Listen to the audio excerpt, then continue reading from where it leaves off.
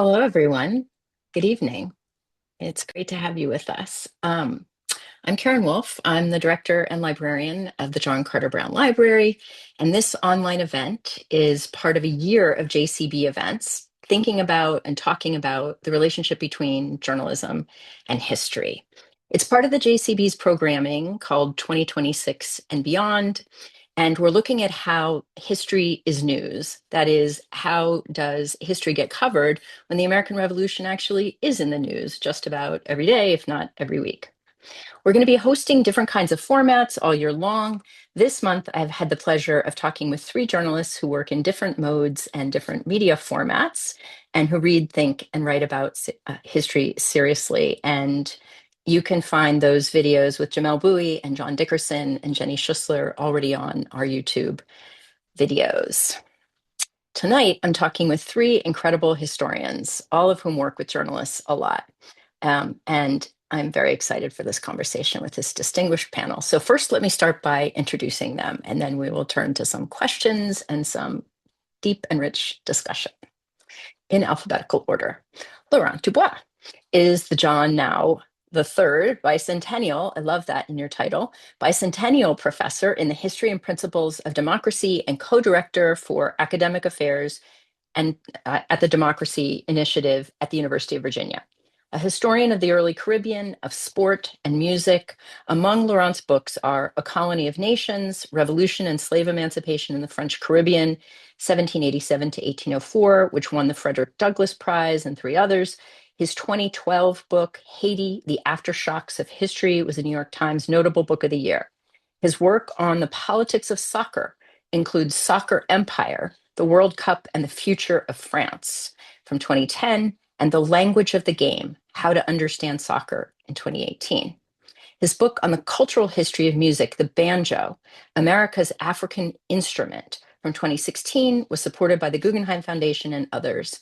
And his work has appeared in The Atlantic, The Nation, The New Republic, The New Yorker, The New York Times, Slate, Sports Illustrated, and more. Nicole Hemmer is a professor in the history department and the director of the Carolyn T. and Robert M. Rogers Center for the American Presidency at Vanderbilt University.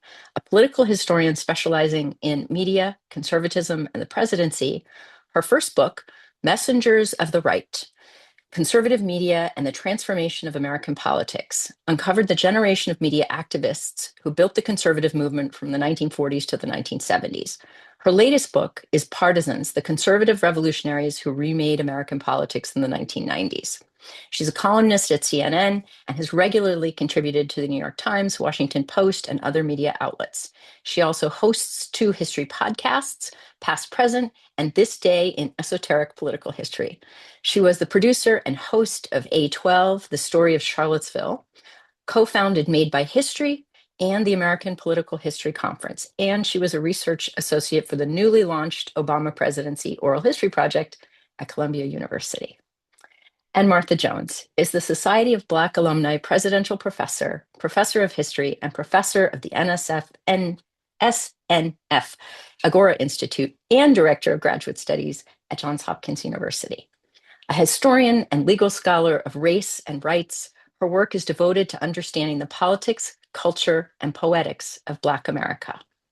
Two of her recent books, Birthright Citizens, A History of Race and Rights in Antebellum America, which told a new history of citizenship in the U.S. as the product of Black American activism and persistence, and Vanguard, How Black Women Broke Barriers, Won the Vote, and Insisted on Equality for All, won copious prizes. Her latest book, The Trouble of Color, an American family memoir, is a deeply personal story and also prize-winning. She and her work have appeared in the New York Times, the Washington Post, the Atlantic, Politico, Talking Points Memo, USA Today, on NPR, CNN, MSNBC, and more. So if nothing else, I hope these actually brief introductions will encourage you to seek out even more of these stellar scholar writers' work. So welcome, and thank you all so much for being here for this conversation.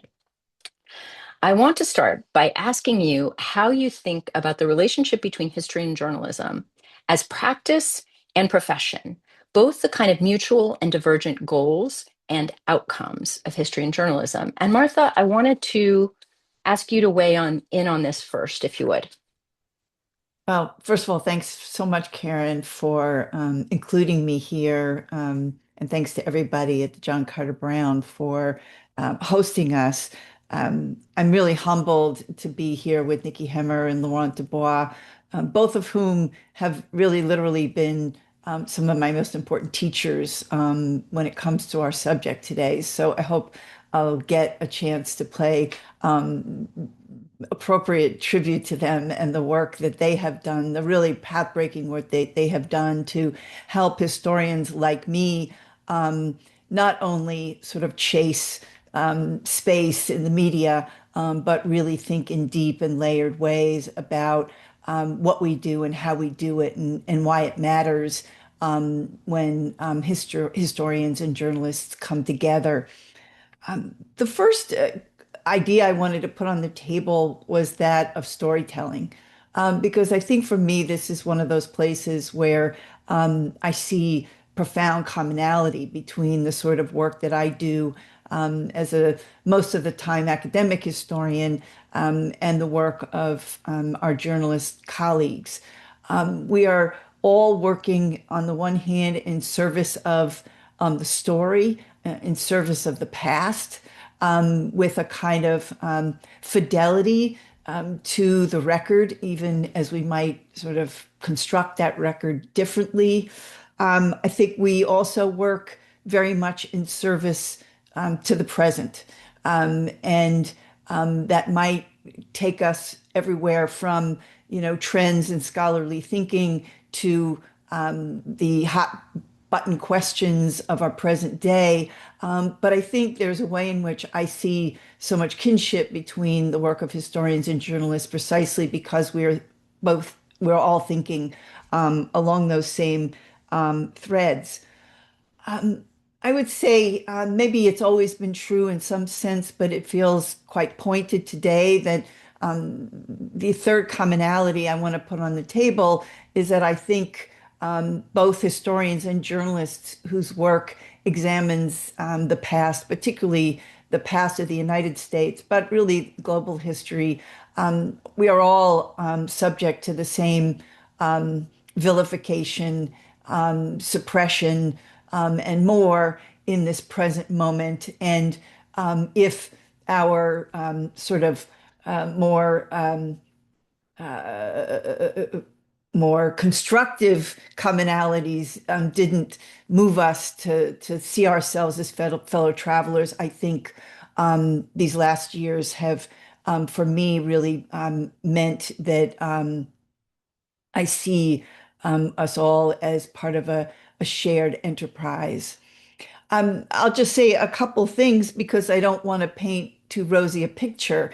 And I know we'll get to talk about, I think, some of where some of the fissures and the tensions might emanate from. I train young graduate students, or not so young, all of them, but new graduate students in becoming historians. And one of the things I've heard myself say to them is, that it's worthwhile to think about where and how the work that they are taking on is allied with, but also distinct from journalism. And I think part of what we all share as historians is that log of the thousands upon thousands of countless hours in the archives that is not always unique to us, but I think oftentimes distinguishes sort of how we produce knowledge from the ways in which our journalist colleagues also produce historical knowledge. The difference between, I think, being immersed in deeply and insightfully in the secondary literature produced by historians and the work of wading through the primary materials might be a place that we can talk about the distinctions, productive, not productive, and otherwise. We've also gotten, I think, interestingly, and sometimes with some tension, caught up in things like citation practices and how we acknowledge and honor and attribute ideas, work, research, etc. I think we've learned a lot in the last decade or so about the way in which we miss each other oftentimes, and have all, I think, experimented with how to do that better.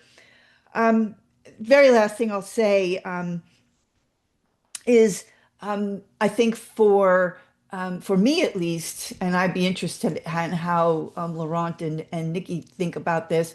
I think being forthrightly in the public eye is still a choice, and that especially in challenged and challenging times, I think historians have the opportunity for a different set of choices to enter or stay out of the fray.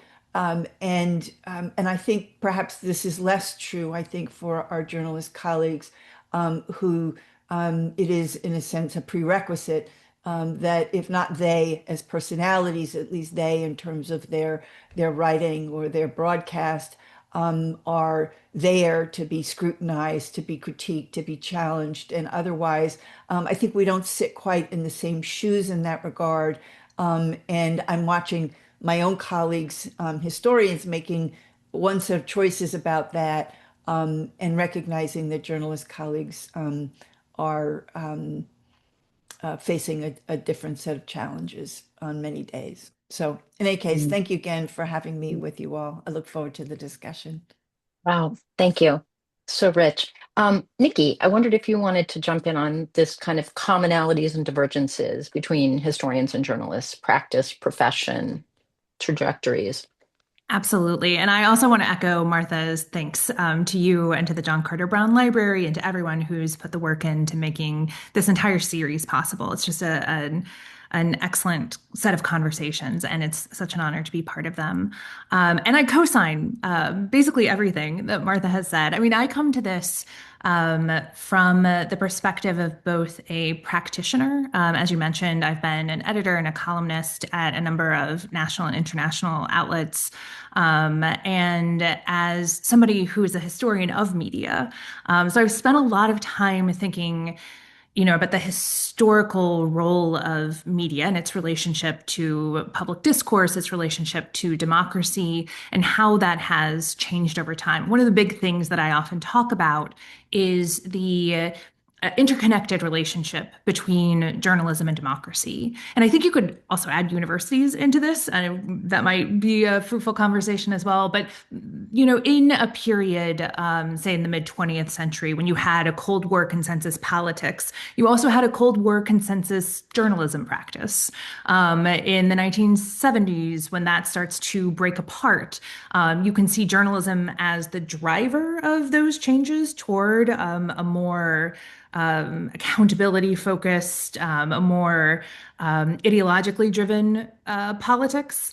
But you can also see them as the recipients of that as well, like they're co-constructing one another. And it is no wonder that as the practices and the political economy of journalism is undergoing a massive change, and as journalism is under, I think, a pretty existential set of threats, that democracy would be under existential threat as well. And that I think to add us back into that, that universities and experts and scholars are under a distinct level of threat as well. That these are all rising and falling together. They're rising and falling together, not just because of changes on the political scene, but also changes in political economy and common attackers, as Martha so smartly pointed out. And I think the reason that I want to kind of start with that is because one of the reasons that I have been so intensely focused on the practice of journalism and creating platforms and being a commentator and writer myself is because I really do believe it makes journalism and public discourse better when there are experts who are involved who can deepen and enrich the conversations, who can hopefully like pull the conversations out of the immediacy of the moment, and give a different frame for thinking about the problems and the events and the ideas that Americans are grappling with on a daily basis. Now, I've been doing it for 15 years. I would not say that democracy or journalism is healthier 15 years later.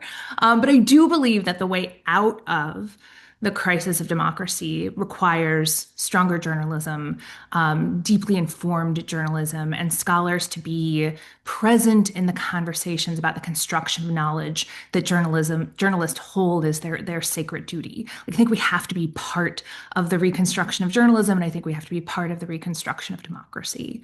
And so that really is, I think, a shared goal among most, if not all, scholars and most, if not all, journalists. So we have this shared goal, but as Martha pointed out, they're different professions with different practices, with different professional norms, and that really is where the friction comes from a lot of the time. When Martha was talking about citational practices, I was thinking back to an example that may have been in her mind about a very big piece that the New York Times did on Haiti. And they had talked to so many different historians and so many different scholars and had really been innovating in how to give credit to those scholars, right? So from the journalist perspective, it was like, oh, we're going to put like a recommended reading list on here. And oh, we had conversations with these people. So we're gonna like include a list here. But it deviates quite a lot from the kind of citational practices that historians use. And so there was a lot of frustration that the citations weren't to the level that historians would have used. And so part of it is just trying to understand those professional practices and professional distinctions, that they're always going to look a little different. But even as the reporters who are working on that showed, we can also help evolve together what our citational practices look like. We can learn from one another. And I do think it's important for us to think about the relationship between scholars and journalists as one in which we can grow better in both of our practices from it. There's a reason we have a relationship, right? Where it's mutually beneficial. Historians want the kind of audience and immediacy that journalists offer. Journalists really benefit from the depth of expertise that scholars have to offer. So we're in it together. We're all getting something out of it. But there are also, I think, as Martha pointed out, some real frustrations that come up, and there are real costs involved as well. If history as a profession has gotten more open to the idea that historians will be doing a lot more of this kind of public work, be a bigger part of public conversations, that more historians will be doing that. It still does come with costs, both to the time that you have for your scholarship, but also to being on the front lines of controversial issues at a time when the protections of tenure, which extend to fewer and fewer scholars to begin with, are under attack, and which it can cost you your job, it can cost you your safety. And that's not entirely new, but it is certainly amplified in this moment when precarity is higher than ever in the historical profession. So as Martha was saying, like scholars can opt out. And part of what I hope comes out of this conversation is ways that we can make it safer for scholars, but also a reminder of why, even with the mounting dangers, it's worth it for at least a critical mass of historians to be opting in. Wow. Thank you, Nikki. Okay, Laurent, over to you. There's a lot on the table Already, already. yeah. Well, first of all, like Martha, I'm really delighted to be here with Martha, with Nicole, who I admire so much, and all the work that you do in these spaces. And Karin, I think really a huge thank you to you, not just for this event, but for the way you've kind of taken a leadership, I think, in crafting these conversations between history and journalism. So grateful that you're using the JCB to do that. And of course, we had worked together actually on a event a few years ago about this 1825, the ransom series that the New York Times did, and I'll mention a few things about that as well because I thought that's sort of a prelude to this conversation. And I think Nicole, you kind of brought up this question of relationships, and I think in some ways, and I think also going to talk today about how to better connect, create these and strengthen these relationships as these different institutions are under attack. But I really, when you first asked the question, thought about it in those terms, in the sense of like There's obviously some relationships with journalists that are like one-time conversations. Somebody talks to you about a question or something.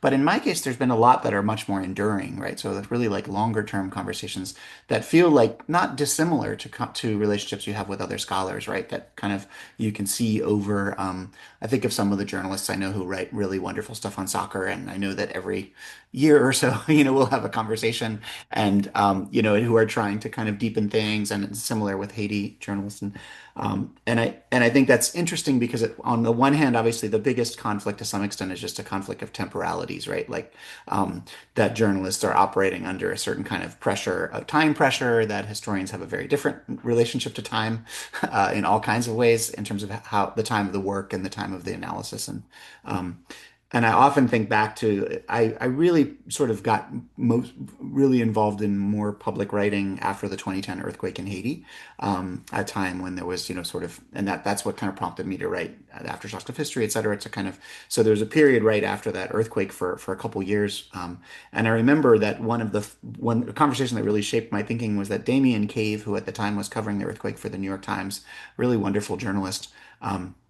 Had gotten my number, called me, and he was writing a piece about how people were fleeing the city, leaving the city in the wake of the earthquake, and going back to sort of family land in the countryside of Haiti. And he basically said, like, could you just help me understand the relationship between the city and the country in Haiti?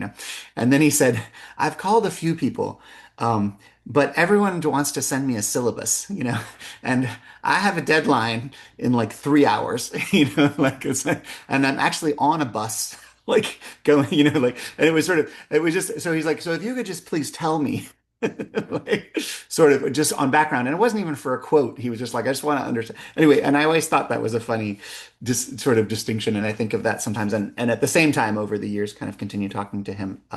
But I do think that those, and I think in many ways, a lot of the most rewarding conversations I've had with journalists are runs that are entirely on background, really, like that don't even, it's not that you're quoted. It's like just really like you read the piece and you think, oh, I feel like this piece has a slightly different. And in that sense, for me, the Ransom project was really a model. I mean, it did get, there was debates about it, but that was a project that was several years in the making, that engaged scholars deeply, that involved their new historical research. And then I think that innovated both in making a trilingual, in publishing it in French, English, and Creole, which was a major thing. And then also creating this kind of under the hood section is what they called it, with like all the research. And so I do want to point to that because I think, and it also had this really interesting feature of having the Haitian Revolution on the front page of the New York Times for 5 days in a row, which was like, just from our perspective, I think a really powerful move to say, like, maybe the news you need today, it happened, 200 years ago, and you're not going to understand what's happening with that, that kind of. So I think it's interesting to think of those examples, and I would love to see more cases like that of really like enduring relationships, and understanding that people have different strengths and different roles. But and then I will just repeat, I mean, I think that the storytelling at the end of the day, I think there's so much to learn in both directions, right? Because I think among disciplines as historians, we are lucky in the sense that the narrative, the question of the kind of storytelling and the narrative is an accepted and central part of our work, just purely in the academy and in kind of the crossover work that we do. And so to think about that a shared kind of contribution to that. I do think that one of the biggest challenges to think about, and we just had these really great young journalists who are soccer journalists who visited my class yesterday, who have a site called Club 11 that is kind of documenting the sort of grassroots soccer culture in the United States and all these kinds of issues. And what was striking to me, of course, is that, I mean, one of the challenges I think we might have is that so much of the turn is really to sort of video and audio visual storytelling as more and more. And I also think that political language is fundamentally more and more audiovisual. And so I do think that's an interesting for historians. Most of us are very textual. Not all. I know, Nicole, you've worked a lot in media, but like a lot of us are still very very textual in orientation. I don't think we should abandon that by any means. I think that continues to be vital. But I do think that's an interesting place to think about what the upcoming challenges will be as well. So thank you. Wow, thank you. Okay, I just want to say to folks who have joined us that we'll try to keep the last 10 minutes for Q&A from folks who are with us online, and you can use the Q&A function in those last 10 minutes. But let me jump to something that each of you have kind of mentioned, and I want to kind of get your take on it, which is this question about being sources for reporters, for journalists, like, and how you think about your role. What's the best thing you can do? How can you most productively contribute? And let's go the other way now. And I'll start with Nikki, and then we'll go to Martha, and then back to Laurent on this. And also, Laurent, thank you for mentioning the the piece we did together, the event on the Haiti series in the New York Times, and we will put that link somewhere closely aligned with this, because that was a great sort of event with the journalists and historians, and that was awesome. Okay, yeah. So the question, Nikki, how to be a good source, how to build a relationship with journalists, what can we do? It's a great question because it is actually, as Laurent was saying, it's fun to have these conversations and to know that you are helping to give a framework to a journalist who, again, doesn't necessarily have the time to go read 6 books about a topic, even though they're constantly doing reading and reporting, and that you can kind of help them not just give them a framework, but like help them think historically about whatever it is that they are working on. I think in sort of the nitty gritty of how to be a good source is first to know what the journalist is going to be talking to you about. Sometimes they don't always tell you what the subject is, so getting a clear idea so that you can take a little bit of time beforehand to get your thoughts together. Like, what are the 1 to 3 big ideas that you want to get across in this conversation? What is it that you think is missing in the conversation or the understanding of the issue that they're calling you about, so that you can offer up that kind of insight. And sometimes they won't be looking for what am I missing? Although in almost every conversation I've ever had with a journalist, they make sure to ask that question near the end, like, what am I missing about this topic or this conversation? But totally lost my train of thought, which I do a lot in conversations with journalists as well. But to make sure that you have some ideas that you want to get across, and a kind of framing that you want to get across. And as Laurent said, that is often quite rewarding in and of itself.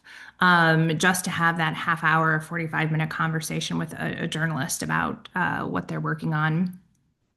I think sometimes that the historians go into those conversations thinking that the um, goal or the win at the end is to be cited in the article itself. Like, it's to have that kind of press clipping at the end. And a lot of the times you will have some snippet of your conversation that will be used in the article, and that's amazing. It doesn't always happen. And I think I know it's hard sometimes to invest that much time and then not see your name in print. But I do think that it is still worthwhile work, even if you're not explicitly mentioned in the article, because you are contributing to a kind of deeper understanding that isn't just helping deepen that reporter's understanding, but is going to deepen all of the readers' understanding of whatever the topic is. That's in an ideal world. I mean, there are times when you feel like you get the quote, but the quote isn't exactly what you were hoping to get across. And that is, I mean, that's hard, right? Like, if you're entirely misinterpreted, I think it is absolutely worth reaching out to the journalist and clarifying things. Sometimes it'll just be like they quoted a kind of throwaway line, and you're like, that doesn't make me sound all that smart. That's not what want quoted in the New York Times or whatever. And that's challenging, but that's sometimes just the way it is. You can have a long conversation that's not particularly quotable. And so sometimes like less interesting stuff gets included in the article, and that's the way the business works. And sort of coming to terms with that, I think, is important too. But those are some of the nuts and bolts things that I think about a lot before I go into a conversation with a journalist. Yeah, and it's not like in conversations or in material back and forth with our historian colleagues, we don't also get misinterpreted or Of feel that course. Yeah. everything is perfectly represented. So, a little flexibility there. Martha, I wanted to ask you about your take on this. Sure. Well, I I'm mean, going you to work on say, some issues that are like alive every minute, and I think Good heavens, that must be a Sure. lot. So think, my top line is it depends. I think, I last night I spent an hour on the phone with a journalist colleague who's trying to find her footing in the 250th U.S. anniversary, and that's a really open-ended, really free-flowing, wide-ranging conversation about a lot of things, um, and a genuine back and forth with someone I've, collaborated with in various ways for many years. And so I don't have an agenda. I'm not trying to place a quote or anything like that. I'm really just trying to have an interesting conversation with someone who will take some of what we talk about and perhaps use it when they sit down to write. But there are other moments in which I'm very aware that um, my role, welcome or not, um, is to disrupt conventional or easy or maybe even misguided or outdated thinking about a historical subject. And those are harder conversations, especially when it's a conversation with someone I don't know very well. Oftentimes, folks come to conversations with us and they've already sketched out, a narrative. And part of my job on some days is to say, actually, no, and let me try and reorient you.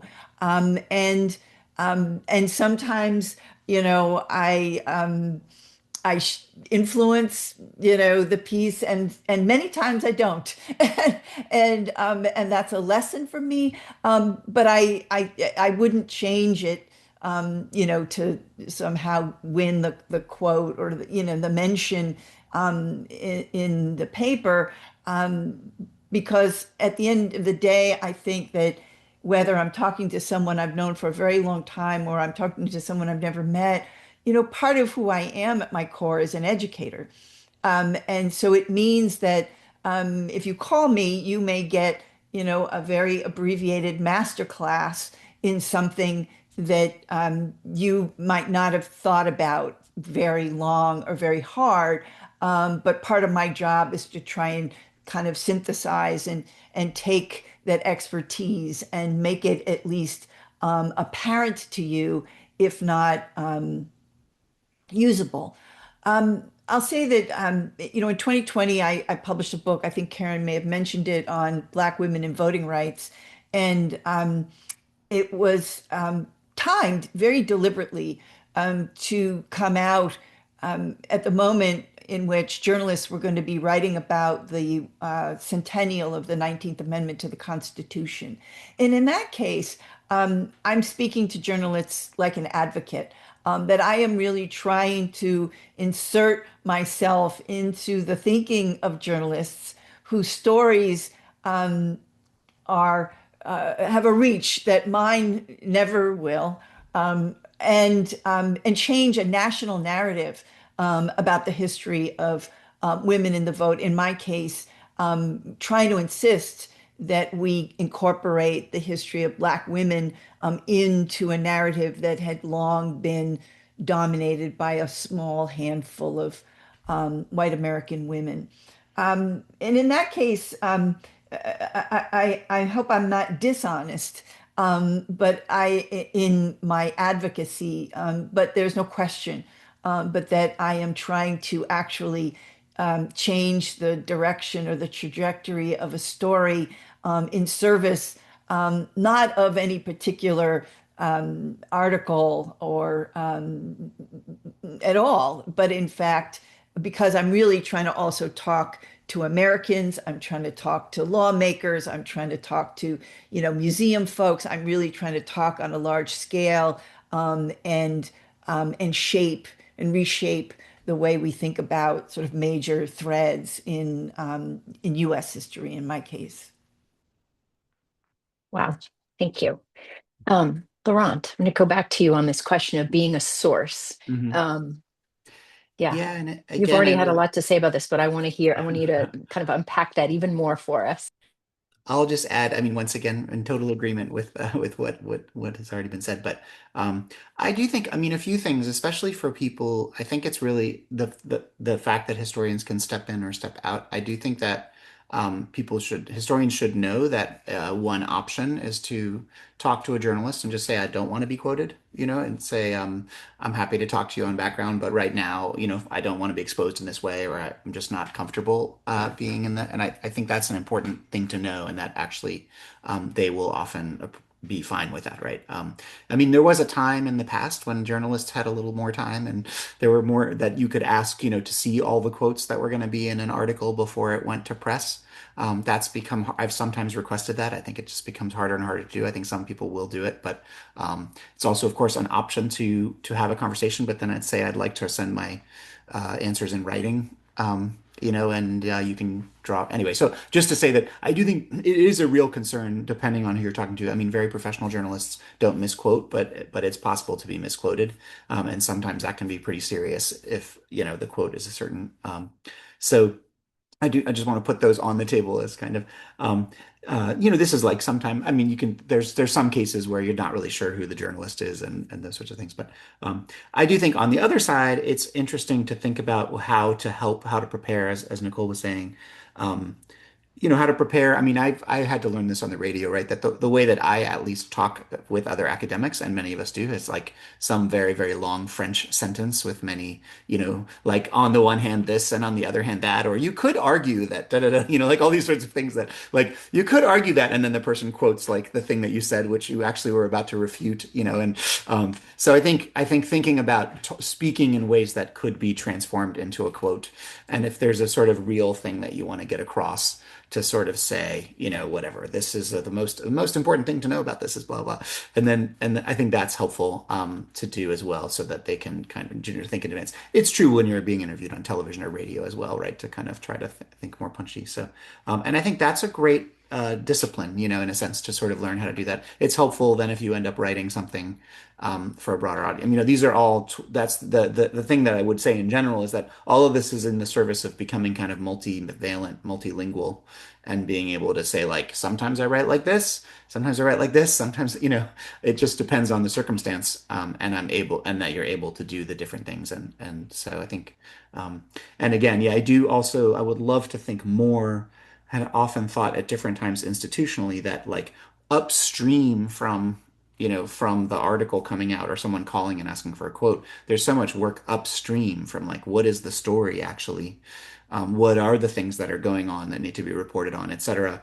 And if we could kind of create more spaces for those conversations to happen, I think one could have a really interesting dialogue between historians and journalists, not only about historical topics, but about other topics, in the sense of, like, because I think the question of what is to be reported on, um, what even is a story, is kind of like that. So decided earlier, and so that would be another place where, if it was possible to create kind of alliances and circuits around that, I think that would be really great for both journalism and history. I So. love that historians get to be assignment editors. I mean, because, right, because our question isn't what's new, it's what actually is the context for the thing Mhm. that seems new. Yeah. Right. And, I'm sure that, the headlines would look really different and the front page would look really Hmm. different. And a lot of things that get five stories, would get one, and things that get Yeah. no stories would Might would get get, some, yeah. And yeah, I thought I would just say I love I that have noticed upstream. that on the nature of the op-ed, I think, has evolved in interesting ways, right? I think one reason historians had trouble with op-eds for a long time was because it was like you were supposed to have some kind of solution, Mm, which is like not a thing we're very good at in general. Like, sort of, here are two policy fixes that will solve it. And especially in times where it's like, I mean, I have a lot of things I would love to propose that should happen, and none of them are remotely going to happen, like on Haiti policy or any number of other things. So I do think I've just been in talking to editors, realizing, like, yeah, that's changed as well. People are really ready to have something like, how can we help our readers just think about this in a yeah. more broader way? So anyway. Yeah. Yeah, context. Thinking about context. Well, I mean, as you all know, I think that 2026 is a huge year. I'm an early Americanist, so I'm predisposed to think that like this is the year to make things happen for history and journalism or anything really. Desperately hoping to get kind of historical thinking on the agenda for all of us, really. And I love that Nikki's, kind of answer to what do we have in common was like that we're all pro-democracy and that we're co-evolving. And I, of course, interpreted that in light of like this project to take 2026 and make it the moment for injecting historical thinking skills, kind of abroad in the discourse. So I guess I wanted to ask you all to think about opportunities that you might see in this particular year. Is this just a me thing? Do I just like think that this is a year of opportunity?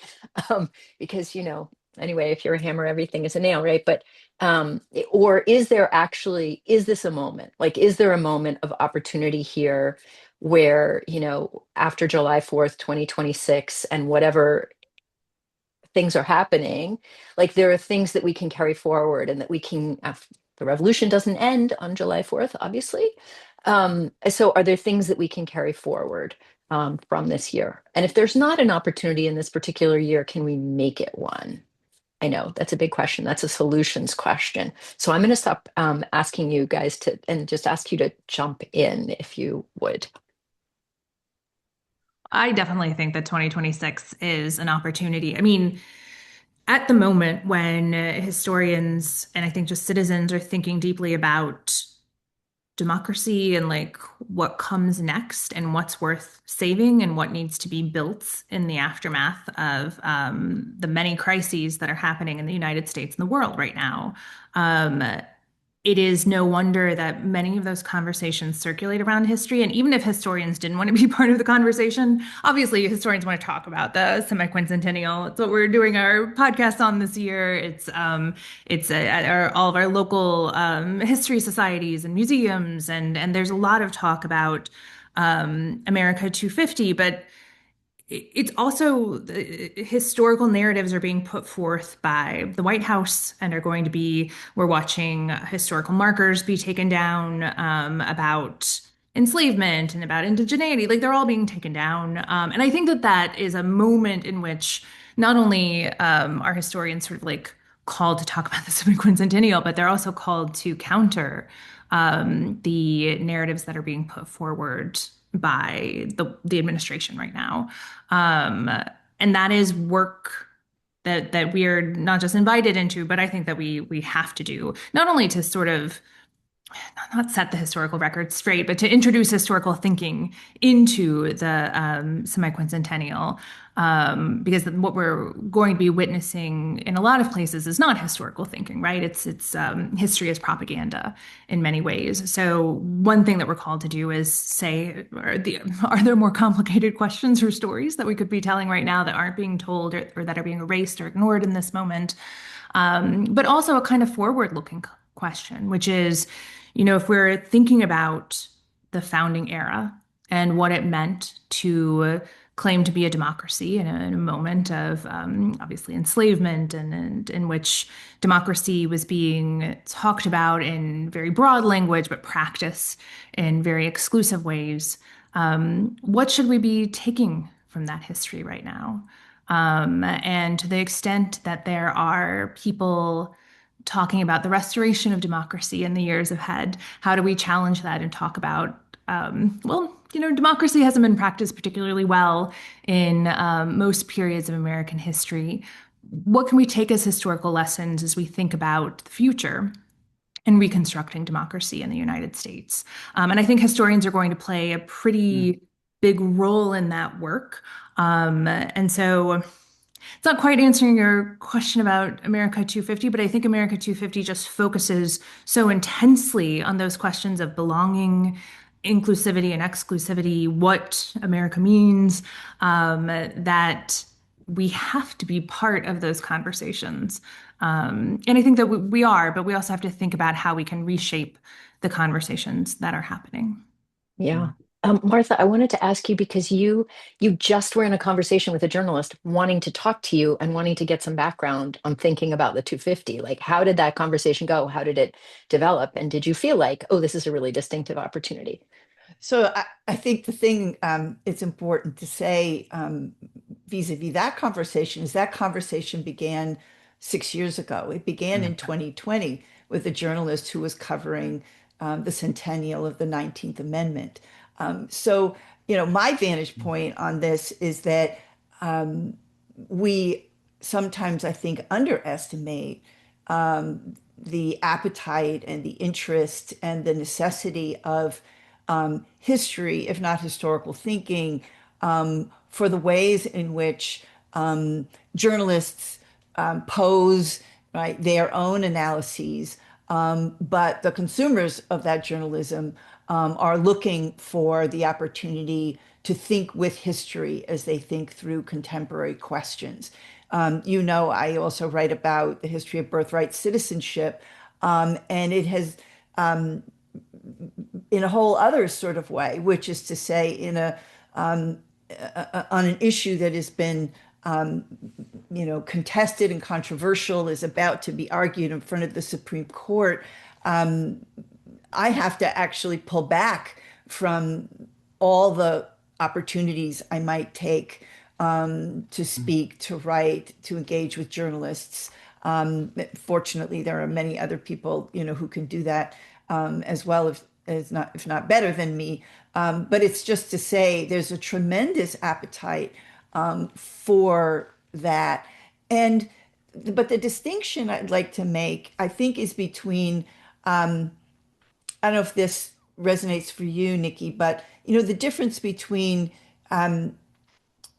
contributing to the kinds of historical narratives that get circulated, and teaching folks about what historical thinking is. Because I think there is no shortage of appetite for narrative. And we have many, many kinds of opportunities, whether we're talking with journalists and becoming sources, or we're writing ourselves, et cetera, et cetera. I think that narrative is the easy sell. I think the harder sell is making plain how the ways in which our historical analyses are produced out of a kind of, some, I don't know, some alchemy of, humanistic and social scientific thinking that are about archives and historiography. I spend a lot of time talking with judges who, another community of writers and thinkers who are also thinking with history a great deal of the time. And with them, I have the luxury of really sort of, lifting the hood and showing them how we do what we do, because it isn't apparent how we do what we do. It isn't apparent why historians disagree with one another. It isn't apparent why historians' thinking changes over time. It isn't apparent why we don't write about some things at all, and other things we write, it seems, endlessly. I'm sorry, one more book on, a founder, for example. And so there's less room, I think, for that kind of teaching about what historical thinking is in a more thoroughgoing, in a deeper, in a more analytic sense. But without that, I think sometimes it looks like, I can take Laurent's idea, or I can take the idea of, the book I picked up from 1957 on Haiti, and I can quote from that, or I can, and we have to try and create some space where we're helping with the sort of the critical matter of historical thinking, and making that more available, I think, to journalists for whom that's just not the way, it's not the way they've been trained or raised up. Why would it be? Mhm. Mhm. Yeah, Yeah. it's a weird thing, right? Because history is so fantastically compelling to people, and I heard that from all three journalists that I interviewed. They all talk about this amazing reader-viewer appetite for history, and yet history is also understood as this easily produced, easily consumable thing, whereas we're saying something different, and it's harder to say that, and it has to do with expertise, and it has to do with all of those challenges to expertise. And some of those which journalists share, that journalists don't love that anyone with a phone and a ability to video themselves and put themselves on whatever social media app can call themselves a journalist. They don't love that either. So there is a kind of, I think, a Mhm. shared kind of project around understanding expertise too, that has something. Laurent, I wanted to ask you this last question before we go to question from the group here with us, which is, I get asked this a lot, which is, as an early Americanist and as someone who thinks of myself as deeply as able to be highly critical of the early American past, and yet also as part of my patriotism. For me, that is a patriotic act to think about the full and complex history. People say, but how can you inspire people with the kind of history that you want to tell? So I wonder, especially because as a historian of Haiti, like, do you think about this problem of history as being, just for lack of a better, a downer, you know? And this is a year when people don't want a downer. They want, and this is exactly what some of you were already talking about. And there are alternative stories than the ones that scholars Mhm. have developed that are definitely, I find them downers, but other people mean to construct them as positive. So, do you think That's about interesting. this question around kind of history and inspiration? Mhm. Thank you. Yeah, that's great. It's funny because last night I was talking with these visiting journalists about like one reason I like teaching my soccer class and why, it's like a important class to have in the history department. I was like, because most history classes are primarily downers, but not exactly, but there's like, but sort of some mix of like being able to teach the sort of a mix of joy, possibility, of course, also critique and figure out ways to do that. I mean, I think actually, of course, in many fields you can do that, obviously, with lots of and I have always been and sometimes accused of being like a bit of a romantic in my writing. I do actually think that like yeah, I mean, for me, the Haitian Revolution is in fact inspiring and is an example of like being able to make change even in the most difficult circumstances, and that political possibility might seem like it's totally absent and it can be created through action, right? And so I think returning to that as well as other cases is really important. And I also think that I mean, I was thinking with regards to the prior question that I think the same way I think about commemoration and 2026 as the way I think about the future of democracy in the United States, which is that right now it's like the local state level where the countervailing, like I think the next, my, predictions are always dangerous, but like I think over the coming years, what we're going to see is, and we're already seeing, is a very much a countervailing process, right? Where there's going to be the emergence of all kinds of powerful movements at kind of local and state levels, the mobilization of like the federalism, which has long been used for other ends, perhaps for new ends. And that's, of course, a deeply American story. So I think it's like there's an opportunity to think about like, well, what are some of the strengths that American democracy has that can be deployed, right? And in that respect, I think like one of the great things about the American Revolution is it lasted 7 years. It also happened in all kinds of places, and so I think that actually alliance with like local, with towns and with places like that over the future, we know well that the national project I think is very kind of fragmented and that in some ways we should just I think because 2026 is going to go by very quickly in fact and in some ways this is maybe a little pessimistic, but it's a little too late to do all the things that we should be doing in 2026. And so but I actually think that inviting to the kind of next decades as a moment of because also it's interesting to think of like years that people don't remember as well. The siege of Savannah is an interesting thing for Haitian Americans. Like, you can we can think about all these different things and also for alternative histories. And so that's kind of what I would think would be interesting is to think about how, and I think in those places, the way in which the rhetoric in different places can be connected to local struggles, and then the broader question we can have about we ended up with this structure in this country as a result of this revolution, and how can that be deployed now to positive ends for the future, I think is really interesting. And that's what because I'm also struck by it's always hard to see these, but of course. like 2020 and then the moment we're in now are also in interesting ways some of the moments of the emergence of like really new types of political formations in the United States, at a huge scale, actually. Like people, and it's hard, but the numbers of people who are in fact involved in political activity is huge, actually. And so that's interesting, right? So it's like, and in the same way that we because the last point is that like because we've lost so much local journalism, although then there's like independent local journalism emerging, but I actually think that that's a place for alliance as well, around both historical commemoration and news telling itself. So. That's awesome. Thank you so much.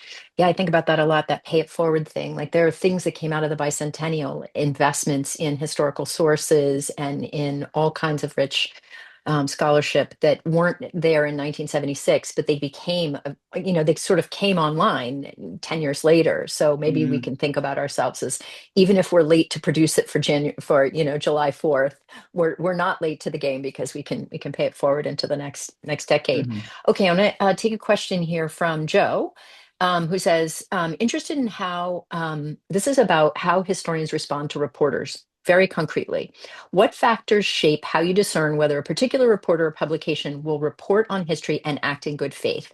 Do you have general advice for how others can frame these questions about how to discern, if you get a call from so and so, do you take it? Do you not take it? Do you decline it? What do you do? Some advice about um, how to think about those calls.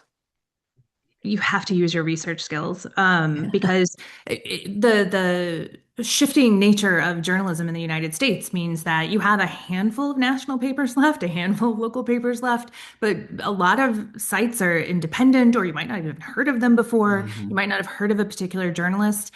And if you're getting outreach from international news sources, do you want to be talking to RT or to the state paper for a authoritarian regime?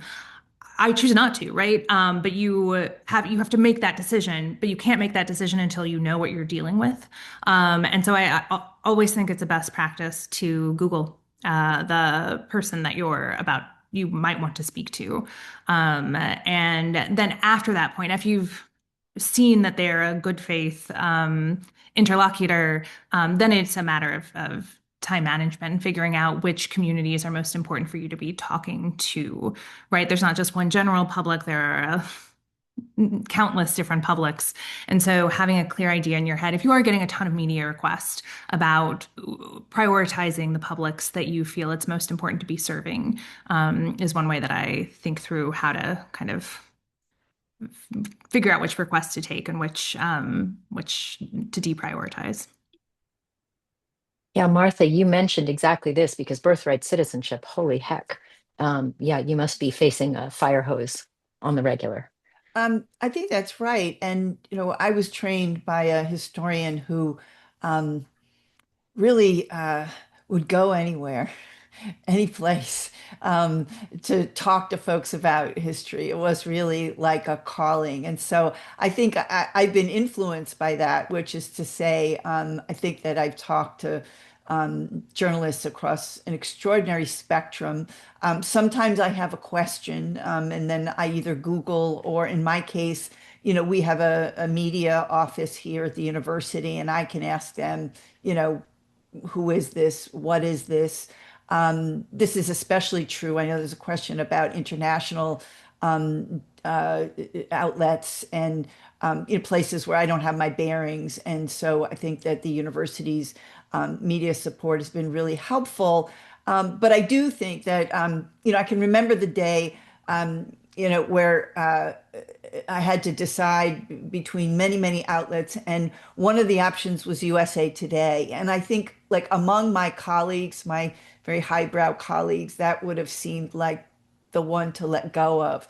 But I knew it was a day where I wanted some version of my ideas to be, Mhm. at every hotel room, across North America. And USA Today was the way to accomplish that. So I think, I think for me, we're also thinking strategically, right, about where have I been, where do I want to go, who needs to hear what I have to say. And I mean, it's an extraordinary day when you have to make those kind of choices, but maybe we're always making those kinds of choices. And I wish journalists would just tell me a little bit more about themselves when they send me a Mm, cold call, just enough so that mm, I can just reply and not have to spend the time Googling and losing the thread. Maybe that feels pandering, or maybe that feels somehow uh, denigrating of oneself. But I think the way I would try and introduce myself is to say, mm, I'm this and this and that, I've done this and this and that, just a little bit to help me mm. know who I'm talking to. Yeah. Laurent, do you want to take this question about thinking about American history and press outlets outside the U.S.? Or obviously Mhm. you're working on non-U.S. history, not necessarily, Right. but also like how do we think about that? Mhm. Yeah, and I think, I mean, I do think there's a lot, yeah, but you may not be as familiar with different outlets. I mean, I think it's a great idea. I think there is like a great opportunity. I've talked to Latin American newspapers or like Eastern European newspapers, or there's actually quite an opportunity, and again, an opportunity to probably kind of expand a little bit of what's being written about the United States. And I do think if you do know the language that the person's writing in, like being able, you can find and see sort of what they've written before and get a sense of those newspapers. And certainly a lot of European newspapers are great. In fact, like there's a stronger press in many ways than in the United States, right? So I think it's a great idea. And I know that just as an example, like the Haitian National, the main newspaper in Haiti, Le Nouvelliste, is another one where like a long-term relationship. And actually with many of my students, like kind of connecting them with these journalists over the years has really meant, um, a lot of different articles that have been written in that newspaper about things that are going on in the United States. And that's sort of interesting because the Haitian diaspora also reads that newspaper. And so I think, again, they're there too, I think, cultivating over time. But I also think this question of the independent, that we're going to be seeing a lot of new, in Washington, D.C., there's the 51st, or there's like basically there's all these places that are going to be stepping in to try to fill the void.